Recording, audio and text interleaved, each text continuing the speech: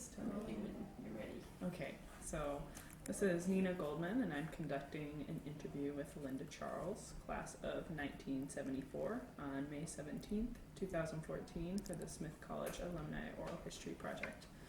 So, Linda, thank you for agreeing to participate. Thank you. And I was just wondering if you could start us off by telling us how you wound up at Smith. Okay, an interesting story. I like to tell people this story because I believe I am the poster child on why you don't go to Wellesley. Let me tell you, I actually only applied to women's colleges, and again, this was 1970. And I narrowed my choices. I got into all. I applied to every single, Seven Sisters School, and also the Connecticut College for Women, and University of Connecticut was my safety. I got into all, narrowed my choices down to Smith and Wellesley. I had visited all of them, and decided that I was going to Wellesley. I'm from North Haven, Connecticut, so academically I thought the schools were about the same. So for me it was, coming from North Haven, Connecticut, I wanted to be close to Boston. And my parents wanted me to go to Smith, but that wasn't important to me. They said, make up your mind. We just tell you what we want, where we want you to go. So it was interesting in 1970, there must have been a total of maybe about 30 black women on this entire campus at Smith. And the women who were here in the sophomore, junior, and senior classes decided they really wanted to do whatever they could to increase the representation of black women on campus. So what they did, very astute, they had what was called pre-freshman weekend and invited all of these black women who were admitted in the class of 1974 to visit. There were about 100 black women who were admitted that year. And so I came to Northampton, had already been here and visited, of course, but came for that weekend, and it was a wonderful weekend. We attended classes, we met faculty, we met other students, we stayed in the dorms. I was still leaning towards Wellesley, but I have to laugh because if you talk to any of the black women from class of 74 who were at that event and came, what really did it for us, they were very clever. The 19-year-olds from, visiting, there was this party, and we call it the party of life at the field house. My brother, who was a junior at Wesleyan, he was at that party. The women I visited at Wellesley were at this party, Dartmouth, Yale, Wesleyan, Williams, and truly had a good time that weekend, made lots of friends. And again, I felt the schools were the same academically, but that effort that the women of color, and they were black women, put into making us feel welcome, making us feel that they needed us here as a part of the community is really what won me over, and that was my decision. I know I called my parents on Sunday, still up here, and said to my dad, did you send that check to Wellesley? And he said no, and I said, don't, I'm going to Smith. But again, it was that feeling that the women here on campus conveyed to us, and how they embraced us and really made us feel that they needed us here to help them and to help this campus really understand the real value of having black women on campus. And that was how I wound up here. Did that party also give you a chance to connect with some of the other black students who had been admitted but hadn't decided to attend yet? Well, it was that weekend. There were, like I said, about 100 black women who were admitted, and there were a number, quite a few women here on campus. We met during then. So, of course, the relationships I formed that first weekend happened to be the relationships of women who ultimately wound up coming here. So it helped, definitely, coming to Smith, knowing that I had realizing that that one weekend in April, I met, Denise from Queens, or, Michelle from Queens, or Amy from, Boston, and we wound up here together. So, I think that was a very clever idea to really do what they could to increase the yield. And it's interesting, those relationships that we formed that April 1970 are still alive and well today. So it was, again, just I think a very, very astute move on the part of the women who were here. That's great. Sure, yeah. So when you, I guess, began your career at Smith, what struck you? What did those connections sustain you through? It was an interesting time. And, I look back now. I mean, I've been engaged with Smith as an alum, I think, from the day I left here in different committees and different capacities. I look back over those years, for 40 years out, and say to myself, I wish I could do it differently. And again, it was the times, it was the 70s, and I have to say, I regret that I did not take advantage of all that Smith could have provided to me. Again, the 70s, we, for the most part, only associated with black women on campus. So, there was this whole world of Smith women that we didn't affiliate with. You would run into women in class, of course, but there's class, and then there's the growing and learning that you do outside of class through the relationships, the affiliations, the bonds that you form. But again, we were separate pretty much by choice on campus. And again, it was, because of the times. And I look back, and over the years, I've seen something very different on not only Smith's campus, but campuses across this nation. I look at my son and how he lives his life, very, very different than what you saw out of that time. And there was a need, though, here on this campus to be that quote, and I hate the word minority, but we were that minority of students. My class, large though, my class was more than 10% of the class of 74, but still the percentage, the representation of black women on this campus was still very small when you look at a population of 2,700 students. So if I had it to do all over again, I would have done it very differently, most definitely. Mm-hmm. That makes sense. It was, the 70s were a lot different than now. Absolutely, yeah. Could you just describe what you, I guess, remember, or how Smith was in the 70s? It was interesting. Let me move you just a little bit because the sun is coming onto your shoulders. Good. Awesome. Okay. Good. Thank you. Are we good to go? Very good. Yeah. Okay. Great. Great. All right. So, I think I had asked you your what Smith was like during the 70s, if there were particular experiences. Yes, what was Smith like during the 70s? It was, let me back up and just say, part of the reason, one of the reasons I wanted to attend women's college, and the reason I applied to only women's colleges, was, again, this belief I had that women needed to be given the opportunity to be the best they could be. I can sincerely say that in the 70s, that truly was the mission of this institution, to truly educate women and prepare women to be the very best that they could be. Of course, we didn't have the fields of study that they have today, but again, that was the mission.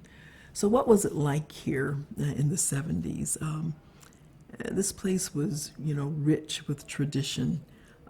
Today I was having lunch with some friends from the class of 74, and we were just remembering all of the tradition and asking students if they do that today, and they don't, and we felt very sad about that. And that too, in addition to the strong education we received, that exposure to the dinners on Thursday with faculty, with the linen tablecloths and the candles, the candelabras, and that meant something to us, as Smith women. So that part of tradition was very important in the 70s. The 70s, again, it was a time of change, takeovers, building takeovers, radical movement, Black Power, and that I know was a little troubling to Smith, but it was the times again. You saw that going on campuses around the country, and Mendenhall, I believe I think we locked him in a room or barred a door with a lending mat or something. We certainly wanted to make sure that the institution understood our needs as Black women on this campus as well. I found Smith, in hindsight, really doing its best to try to accommodate the needs. They didn't know what to do, but were certainly willing to listen to what we felt we needed on this campus to be successful. It was difficult for some women who came from backgrounds that were so unlike this world of Smith. I grew up in North Haven, Connecticut, so it wasn't the transition into Northampton wasn't that difficult for me. It was for some other women who came from other parts of the country. But I did find Smith willing to listen and support, to really try to make life here, understanding the times. I would say, plausible, and really, they did their best to try to be accommodating in some regards. That said, we had some other things too that really offended students here, students of color, Latino women, Black women, as they try to fit into this culture. Statements like, you're only guest here, or, you people, and that kind of terminology. Again, coming from administrators as well. So Smith really represented what was going on in the world at that time. And, but students were determined to make Smith understand that we belong here, and we were admitted, and rightfully so. This was our Smith as well. So it was interesting times. I've said that, multiple times here. But again, I think the campus really represented the world at large. It was truly just a microcosm of what was going on out there across this nation. Yeah. How did you, or other, or I guess the group of Black women or students who started the BSA ask for or demand more acknowledgement or space in this community? I really credit the women who were here ahead of us. When we arrived on campus in 1970, BSA was already established. And I look at the women who were the leaders of BSA, and I got to tell you, they were true leaders. The very strategic in their approach, very well organized in terms of their desires and their demands, always applying rationale behind the, quote, ask or the demand. And again, keeping in mind that the view and the vision here, it was our Smith too. It was our Smith too. So the approach there were, as I said, and this is before I arrived, there was a takeover in College Hall. But while I was on campus, there were organized demonstrations. There were organized protests. And what I learned is that you can accomplish and achieve what you're looking for through some type of organized and strategic approach. So I also, want to, I think back to 40 years ago and current times as well. What's consistent there in terms of the approach was this recognition of civil discourse. Even then, this idea of this a peaceful protest, a peaceful demonstration, but not compromising the values or the expectations, and working to negotiate to yes. So even back then, that was a strategy that was used, and we actually learned that from the women who were there ahead of us. Good lessons to learn back there at such an early age, and really to apply throughout our career here at Smith. That's powerful. Yeah, yeah. Yeah. Are there any mentors, professors, or other students that stand out to you in particular at your time here? Yeah, there's a student, and in fact, she was 2 years ahead of me. Junior when I came in, Phoebe Haddon. I don't know if you're familiar with Phoebe. Phoebe was just amazing. As a freshman, I was in awe of her. Fabulous woman. She's from New Jersey, and just kind of took me under her wing when she came in. Truly became my mentor. She actually was the president of BSA when I came in as a freshman. And again, I just learned so much from her in terms of this approach that I just described to you, this art of really strategically thinking through those things that you want and pursuing your objectives through a real strategic and analytical approach. She was my mentor then, my mentor after she graduated. We were really good friends. She was on the board of trustees, and on the board when I joined the board of trustees as well, and really one of my primary supporters when on the board. Once I joined the board of trustees, again, nothing changed. There was still that mentor-mentee relationship between the two of us, and we're friends to this day as well. So she stood out truly as a really good friend. In terms of faculty, I was a psych major, and there was a professor, Peter Pufa, who was my advisor. And I've got to say that back in the 70s, I could talk to him about my feelings, about what it was like to be a Black student here at Smith. And we would have really good conversations, again, just expressing those feelings. And it was, I think, learning for him, but also learning for me as we shared our differences of opinion and shared some of our similarities of opinion as well. But a really, really strong mentor and someone who helped me really think through kind of navigating Smith, navigating this institution. So I would say that those two really stood out for me as real powerful mentors. Mm-hmm. Yeah. Oh, they both sound really wonderful. And I'm just curious about your, I guess, friendship and mentorship from Phoebe. Oh, yeah. Phoebe,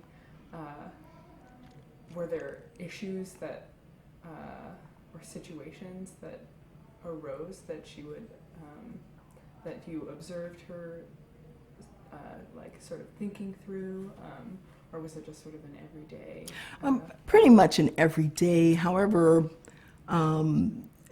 again, during that period of time, the 70s, when there were some issues, Smith Smith learning to adapt to having this large number of black women on campus, and Smith, kind of feeling itself as well. Just watching Phoebe navigate that along with the administration, watching Phoebe help administrators understand the things they would do that offended, some black students, and helping them really resolve some of those differences. She was truly an advocate not only for us as students, but she was an advocate for the college as well.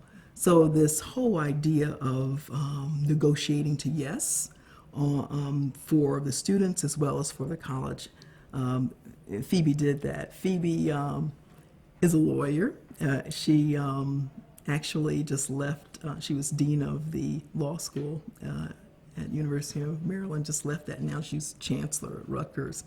But even back then, we knew this woman was going to be great.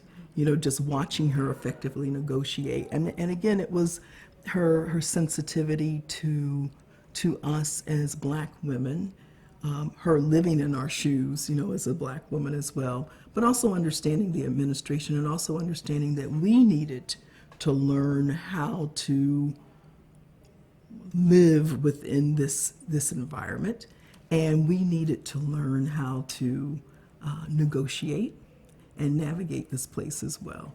So, again, just watching her pretty much every day, but watching her deal with some of the specific issues that came up, that confronted some of the students, and Smith's readiness for dealing with such a large population of black women. It was new to them, most definitely.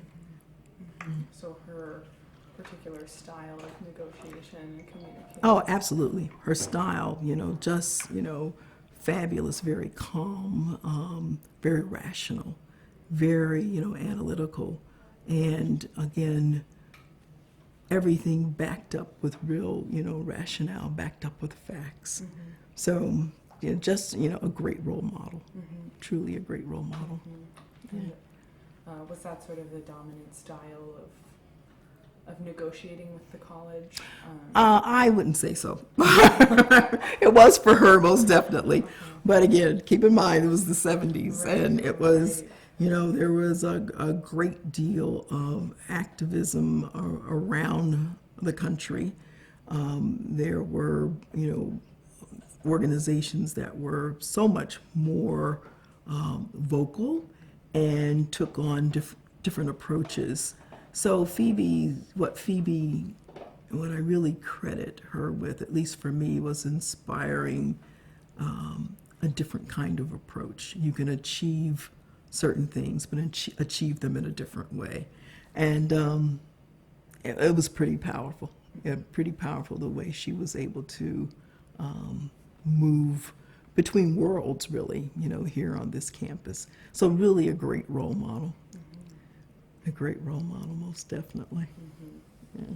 Very cool. Yeah. Cool.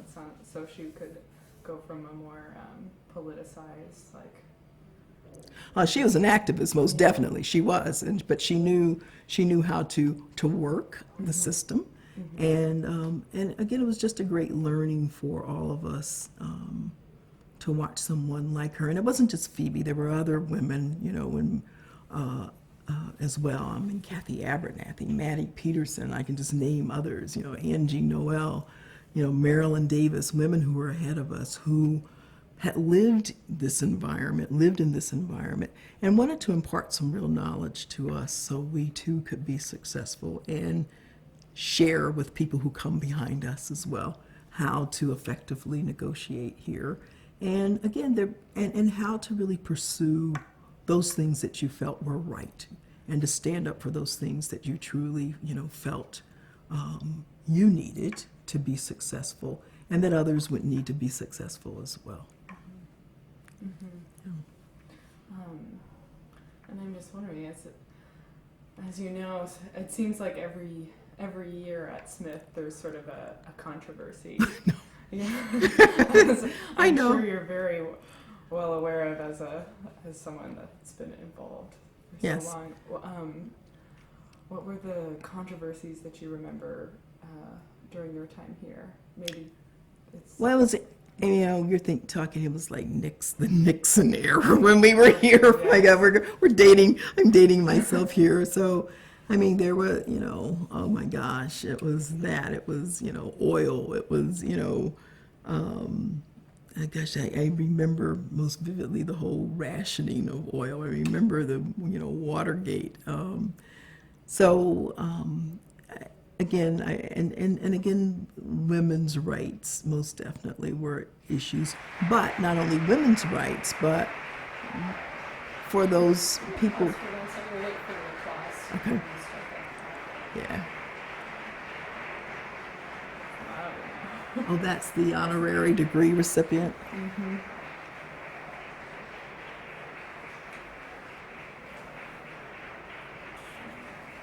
Oh my God.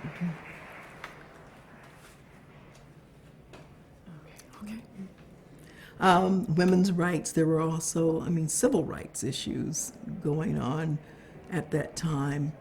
And again, those played out on this campus as well. I can recall, and this is one thing that's really, I think, troubling to me, and I look at the campus today too and say some things just haven't changed. But I think it's reflective, again, of the world in which we live. I keep saying Smith is a microcosm of this world, of the United States. But even back then, issues, race. And when you look on this campus, the issue was not gender. We were all women here. But there were clearly some issues regarding race. I can recall Yolanda King, Martin Luther King's daughter, was 2 years behind me. And in our dorms, we would all post things on our doors, that was part of the decor, the decoration. And Yoki, we called her Yoki, Yolanda King. Yoki, had a flag. It was red, black, and green, which was, the black flag, posted on her door. And someone actually burned that flag, off her door. And you say to yourself, oh my God, this is Smith College.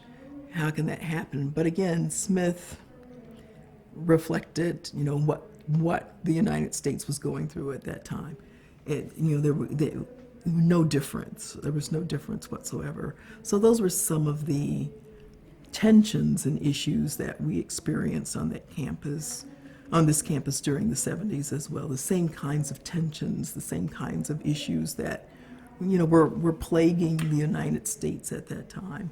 So, but, and this is a time too when the voices of Black students were so important, and it became so important to learn how to effectively deal with those issues, how to challenge the institution on some of the treatment that students experienced here, the marginalization, the lack of value, the desire to have certain kinds of programming, the desire to have more faculty, more Black faculty, to have Afro-Am studies, to chair, to endow chairs. There was so much that we wanted.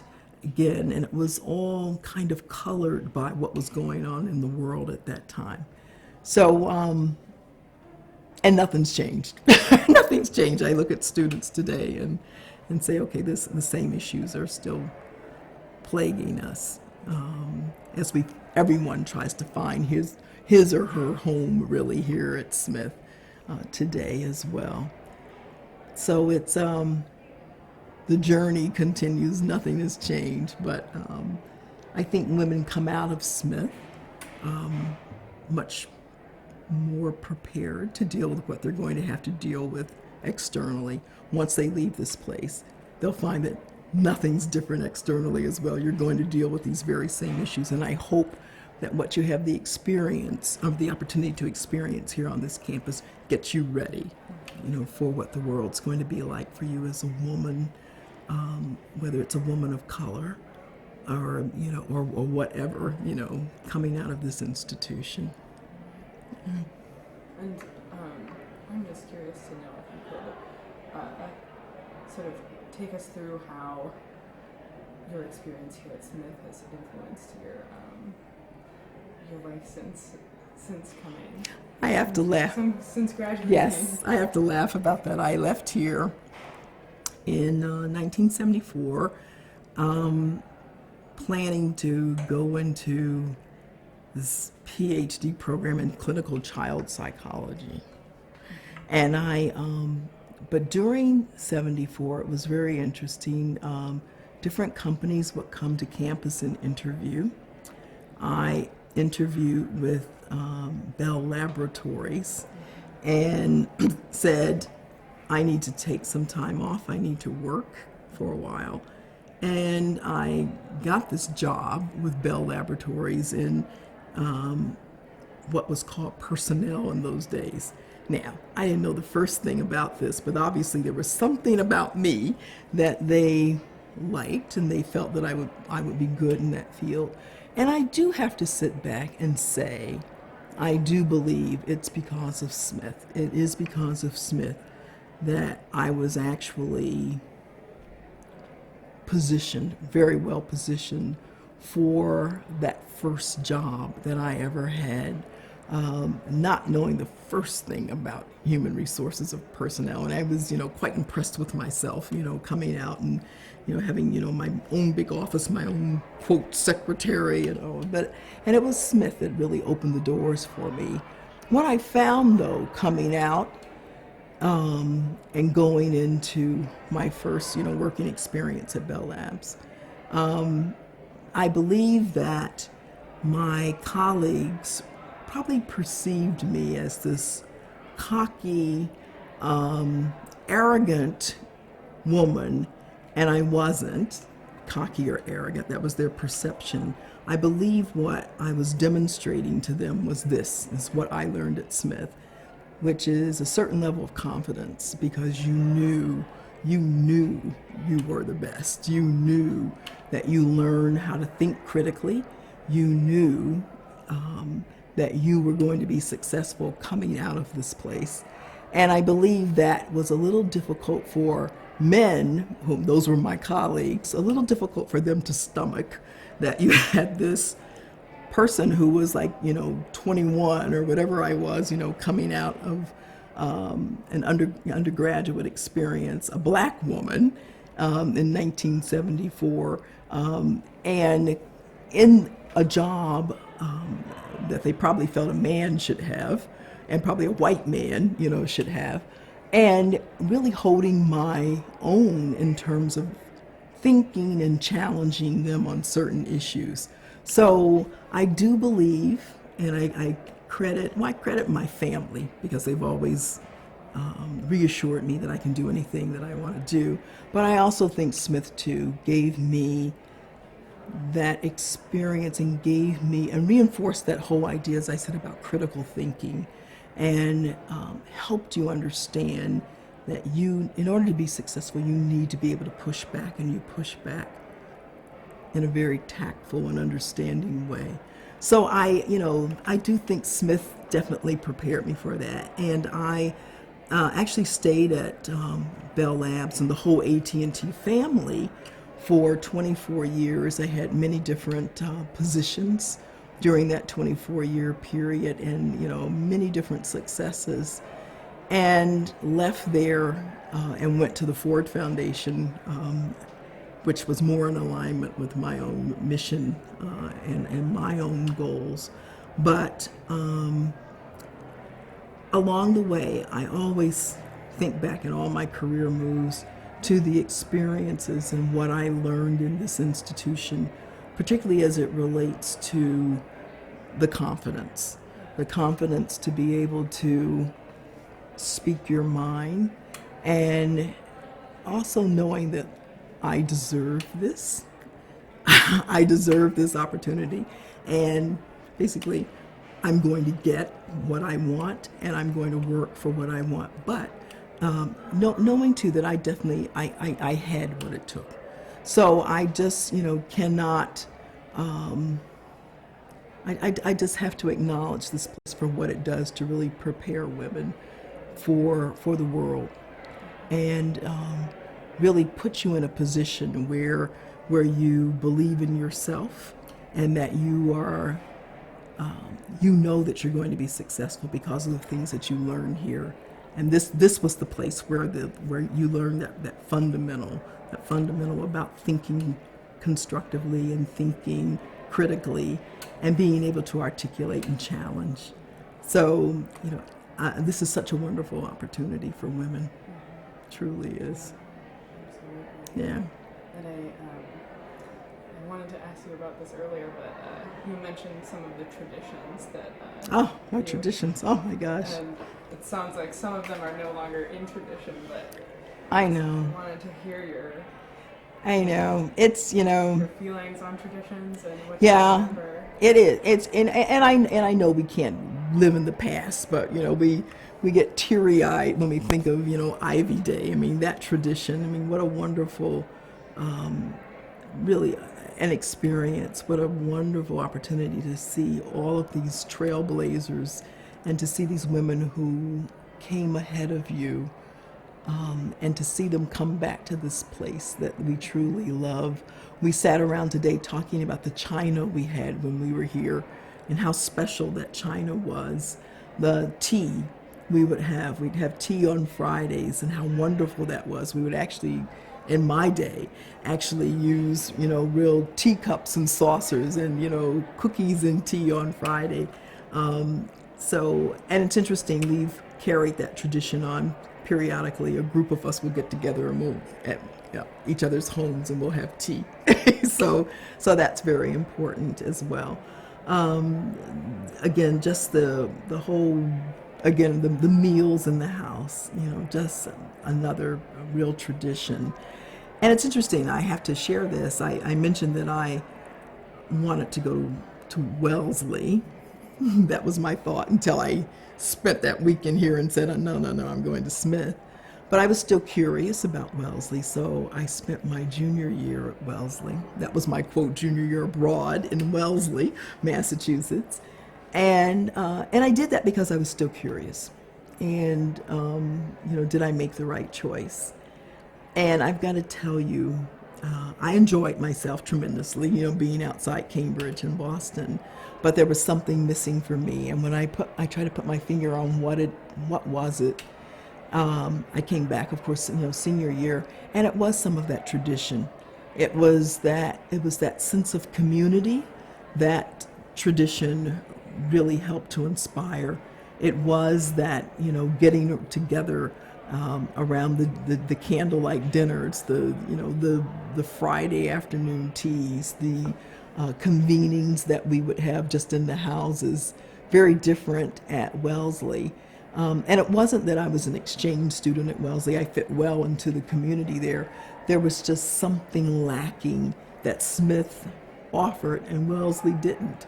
And again, it goes back to, I think, tradition and how important those convenings, those opportunities for women to come together and just exchange ideas, whether it's over dinner or whether it's over a cup of tea.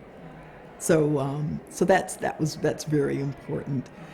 Meals in the houses, another tradition that it's a little different now. I know we have combined housing now for dinners, but to be able to kind of roll out of bed in your pajamas and run out and run downstairs and get some breakfast was so important. You could always eat in different houses, of course, but there was something about your own house and being able to just dine right in your own house.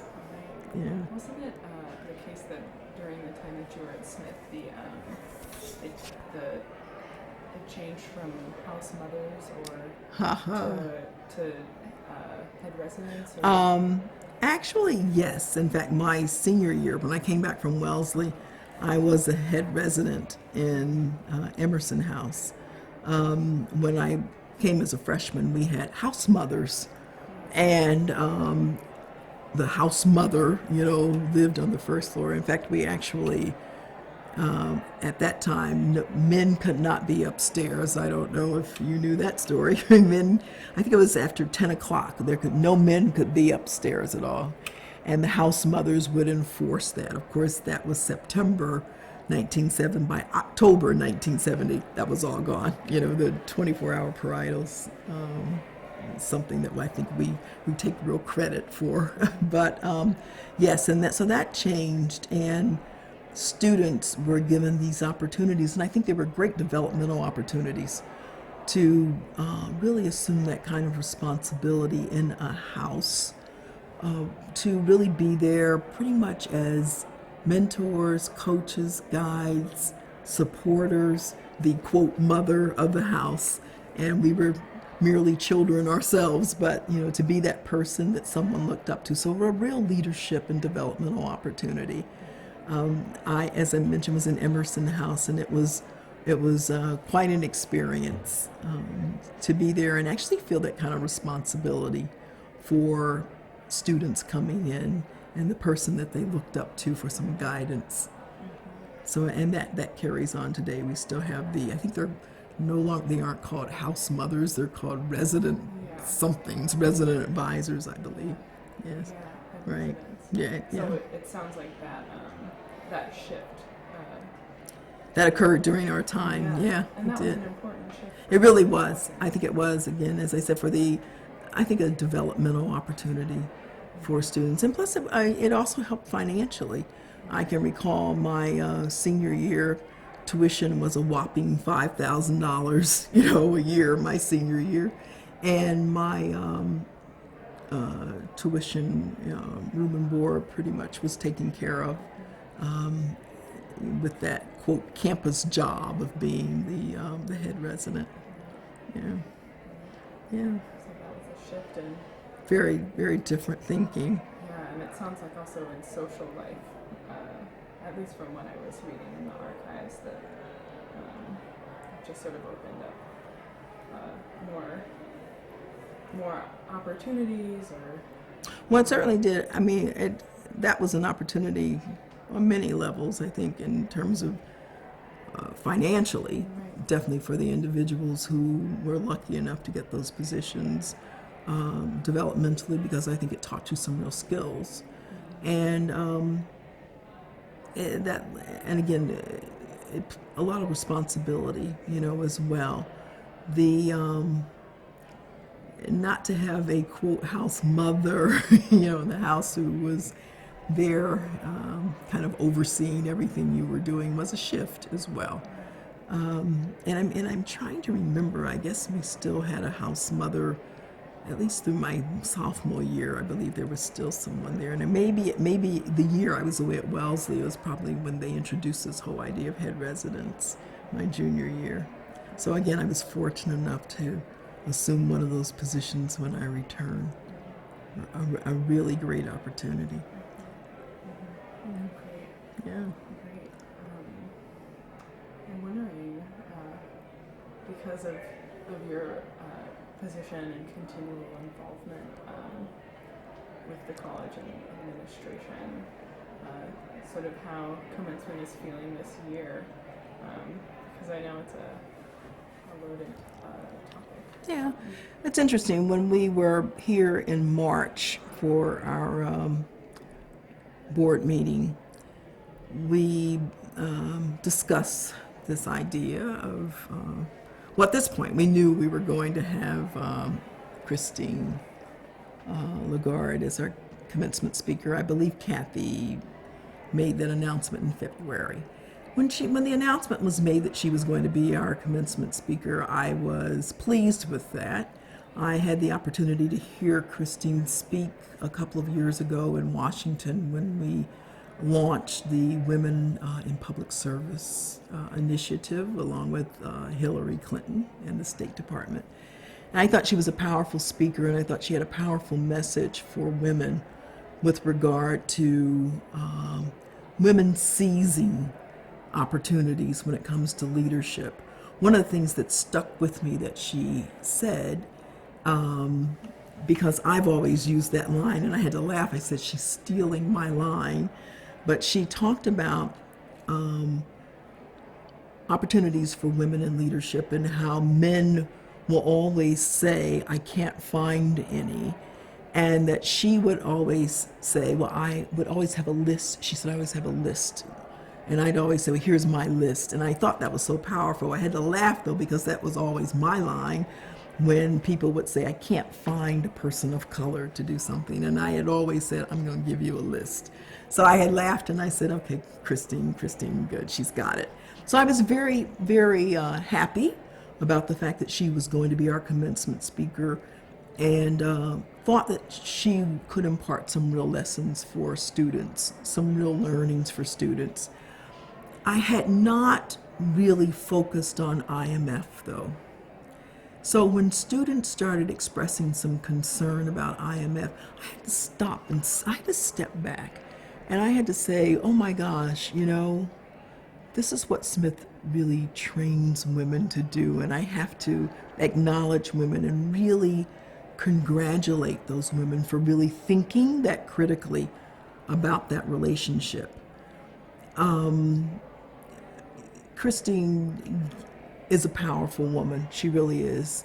IMF, students definitely had some concern about IMF and what it represents, particularly to populations in developing countries. And again, when you're looking at income levels and you're looking at women and you're looking at marginalization of women.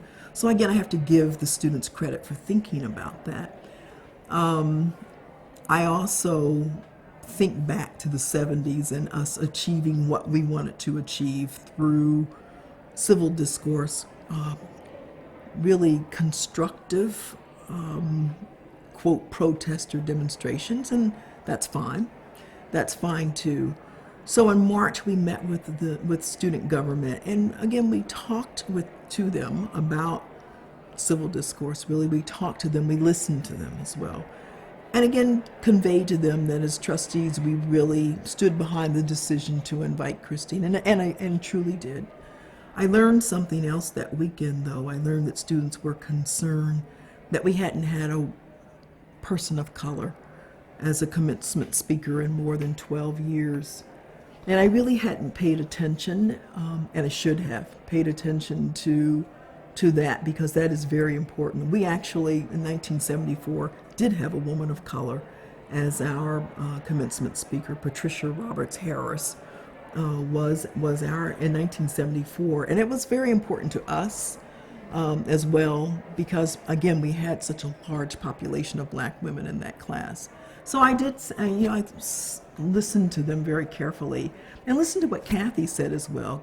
Kathy was not aware that we had not had representation in so many years, and she hadn't been advised, and I'm sorry she hadn't been advised of that. But she did say to students, I hear you, and I'm definitely going to seriously consider that. And she did. I mean, she talked about that in our board meeting, how we really do need to do something about that. So it's so we left in March after our March board meeting, I think agreeing to disagree, with student government. They were still very adamant about the opposition, but I think they heard us saying that you really do need to listen. And I do believe, at least though that small population of student government understood the value of listening, and that you do value different perspectives.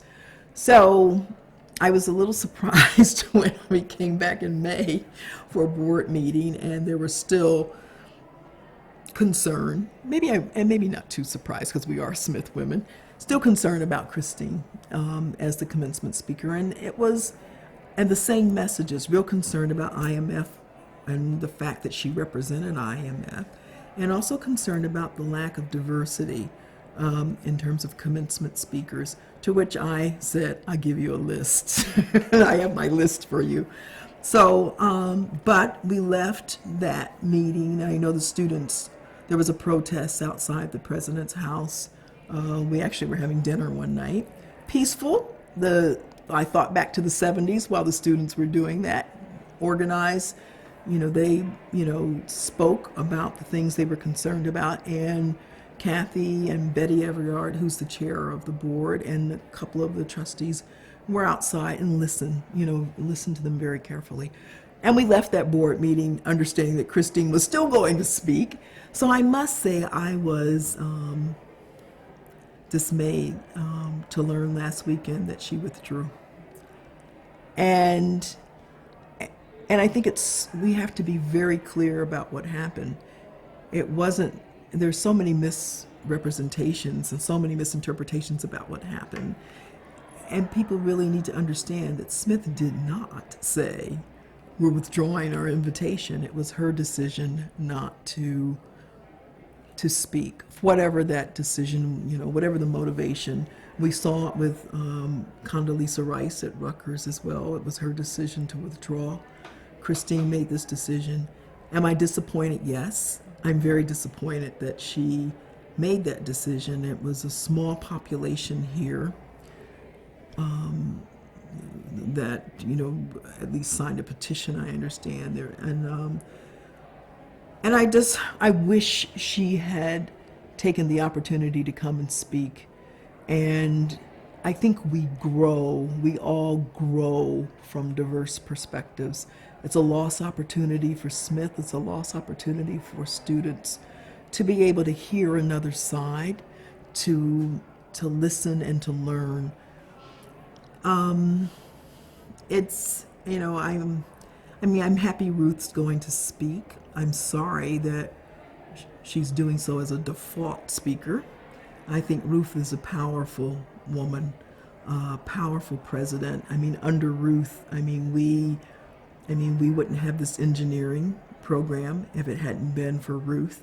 We wouldn't have praxis if it hadn't been for Ruth. There was so much Ruth accomplished for this institution. I love the idea of her speaking. I just am sorry that it's as a result of a default situation. She, I think, is a fabulous woman and would have made a fabulous commencement speaker had an invitation been extended to her to do so. So I'm so proud of her and happy that she's there to step up and do this. Commencement is so important. It really is. It's important for the students. It's important for the students' families. It's important for the alums. It's important for this community. And maybe, to Christine's credit, what we've heard her say is that she didn't want to really tarnish that experience for anyone. So truly, if that's the rationale for withdrawing, I understand it. It kind of left us at a little lurch, but thank goodness we had someone like Ruth, who was going to receive an honorary degree anyway, who's here to really pick up. And Ruth is fabulous. So, I think this is one of those make lemonade out of lemon situations. And but there are a lot of issues that have surfaced as a result of this, and I think there's a lot we need to continue to talk about, and we need to address as an institution collectively, students, faculty, staff, alumni. We all need to really talk about these issues because there's some very critical issues that are confronting this institution, and I think everyone's voice needs to be heard. We really need to truly do what we talk about at Smith, which is we talk about the fact that we value diversity in all forms. We value diverse perspectives. Well, let's just do that. Let's make sure we're listening and hearing each other. And again, let's do some of the things that I saw Phoebe do when I was here. Help us all learn to negotiate to yes on some of these real critical issues. So, the lemonade example, definitely. I think this is, it's going to turn out okay for us, but a real learning experience for all of us. Yeah. Absolutely. Yeah. Where Right. do you see the future of Smith going from this point? It's a big question. I'm one of those diehard women who believes in women's education. But we do need to look at this very critically. Let's see where we go. Our applications are up. Tremendously. So we do know there are still women out there, definitely, who want this kind of education, women's education. I think we have to really look hard at cost it's scary to me. I mean, I look at the, just this whole cost of tuition and just wonder who on earth can do this. There are people, yes, who can write those checks, but there are only certain populations who can do this. And the beauty of this place, what I have been so proud of this place, is when I talk about valuing diversity, the fact that opportunities are funded, and I don't know if people really understand that, and definitely alums need to understand the need to give to this institution. And one of the reasons I've been so involved is because I want Smith to be the place I want it to be for women and women of color. I want women of color to have the opportunity, but we need financial support to do that. And Smith has done that. Smith has, through gracious alums who give, been able to really support financial aid. So I want us to continue. I want us to continue to do that. But you're looking at some tuition costs that are just exorbitant.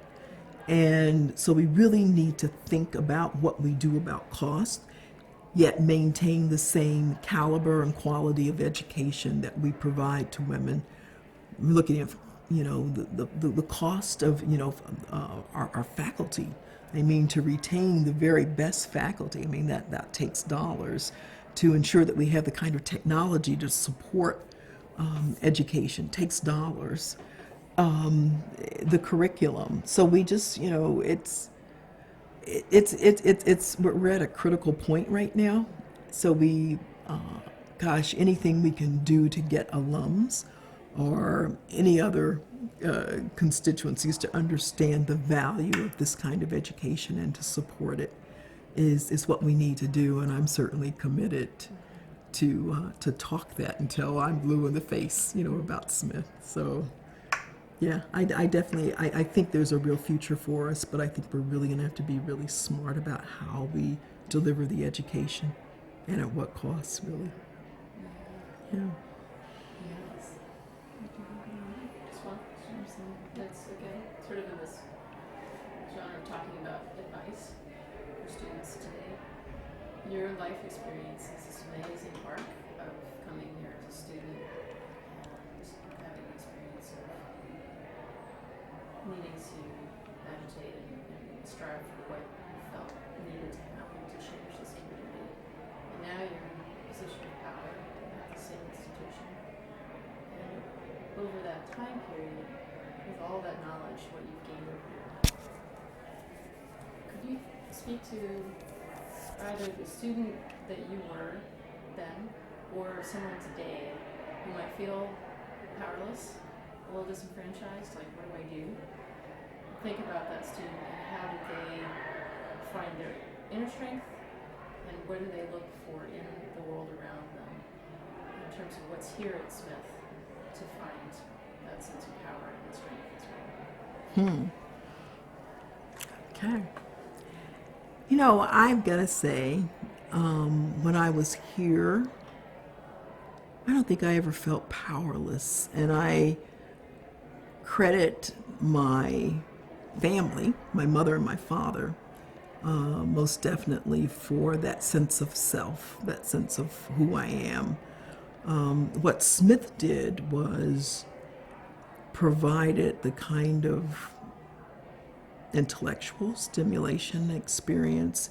They provided the reinforcement that I am a woman and the kinds of things that I would experience as a woman, and reinforced in me the fact that you have the smarts and you have the ability and that there is no limit to what you can do as a woman.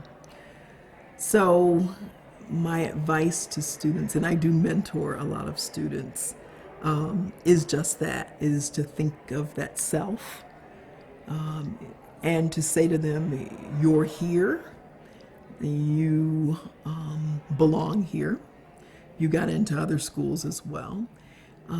Take advantage of everything this place has to offer. I do say to students, if I could do it all over again, I would. I'd come back here and I would take advantage of everything. I really would, because this place offers so much in terms of learning, and it's that learning that's really going to propel you. It's going to take you where you need to go. But for anyone who feels marginalized, who feels, devalued, again, I just want people to kind of really take a look at themselves and take a look at yourself at this place and say to yourself, I belong here. I'm here for a reason. This place is mine. Smith is going to provide me what I expect it to provide to me. And that's my attitude now. I'm going to tell you, I wanted to be on the board. I was on the Alumni Association board, but I wanted to be on the Board of Trustees. And the reason I wanted to be on the Board of Trustees is just that. I wanted Smith to be the place I wanted it to be for women who come after me. And in that, quote, position of power, if you want to call it that, as a trustee, that's what I strive to do. This place, I want it to be that place. I want it to be that place where women see themselves, as powerful women, where women see themselves as those women who can go out and conquer and do anything. I want this place to build in women that kind of self-esteem. I want this place to prepare women, not only in the humanities, liberal arts, but I want this place to start challenging women to think about those things that there were many of us didn't want to think about. We've all got to come out of here understanding things about business. We really do. We all have to come out of here understanding the qualitative as well as the quantitative aspects of challenges, those challenges that will confront us in the future. We need to really beef up, the curriculum. We've really got to prepare women, give women the tools they need to be successful, because I want women coming out of here understanding that yes, they can do it, believing in themselves, and understanding there's nothing that they can't tackle and take on. And I believe in this place. I really do, and I believe that this is something that Smith can do. And I want students to, if they don't feel they're getting it, I want them to say, I need that, I want that. And think back to those of us who were in the 70s who said, I demand this because this is going to help me be the person I need to be going forward. So that's my kind of radical advice. And again, we're products of the 70s, and that is exactly what I do think students need to do, is really, let's hold this institution accountable for shaping us. But again, that says that we do something too. We do something, we give to this institution to help get that institution in a place where it can provide that kind of support to women. Because out of that, I think that will give all women the kind of reassurance and sense of self that one needs to be successful in life. Mm-hmm. Yeah, good. Well, thank you so much. Good. Great.